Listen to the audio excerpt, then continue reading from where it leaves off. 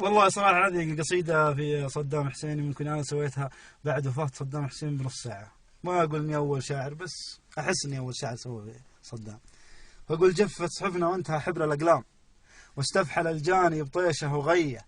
الجاني يسقانا من العلقم السام، جار وغرس بقلوبنا ناب حيه. في عيد الأضحى همنا ذبح الأغنام، سلت خناجرنا عليها جريه. واجب علينا سنها دين الإسلام، حكمة كتاب الله وسنة نبيه. غير الذي سواه بوش أكبر إجرام، ما قد حصل حتى في الجاهلية. مدام سواها وضحى بصدام، أكيد بكرة كلنا له ضحية يا بوش. وقت الحج نفذت الأحكام، هذه على الإسلام غلطة قوية. سويت روس الناس مع روس الأنعام، ما تدري إنك قمت بأكبر خطية. أعطيتنا الجثة وفرقت الأقوام، يلعن أبوك ولعن أبوها عطية.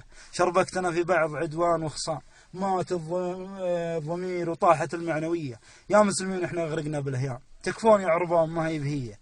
صرنا نخادع بعض بهياط وهيام، ونقول نحن يعرب رجال الحمية هم في العراق ونصفهم صار في الشام. دستورهم مال العروبة بقية، واحنا نعيش المسكنة مثل الأيتام. وقلوبنا بالغبن صارت ملية، وجيوشنا خبرتهم جلوس وقيام. تقييف وحلاقة دقون وتحية، كيف العزوم تقوم والجيش ما قام؟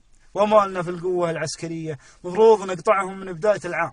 يعني عنصر ضدهم عنصرية، حتى يعرفون أننا ما احنا نيام، وأننا وينا عروبة بنية. اللي تجروا اسقط رؤوس حكام، ما يعجزون بقطع رؤوس الرعية. ذولا يهود تخيفهم سلة حسام، يخشون لو غارت عليهم مطية. يكفي تخاذل، شقوا الدرب قدام، قصوا يد اللي قارش في يديه. ما نحقق مجد وتموت الأوهام، ولا كان الغرب مليون كية. آخر كلام يحق ويلوم ملام. الغبن هي بنفسي الشاعرية. لو رايكم صدام يستاهل إعدام، مفروض نعدم بوش وبلير زيه.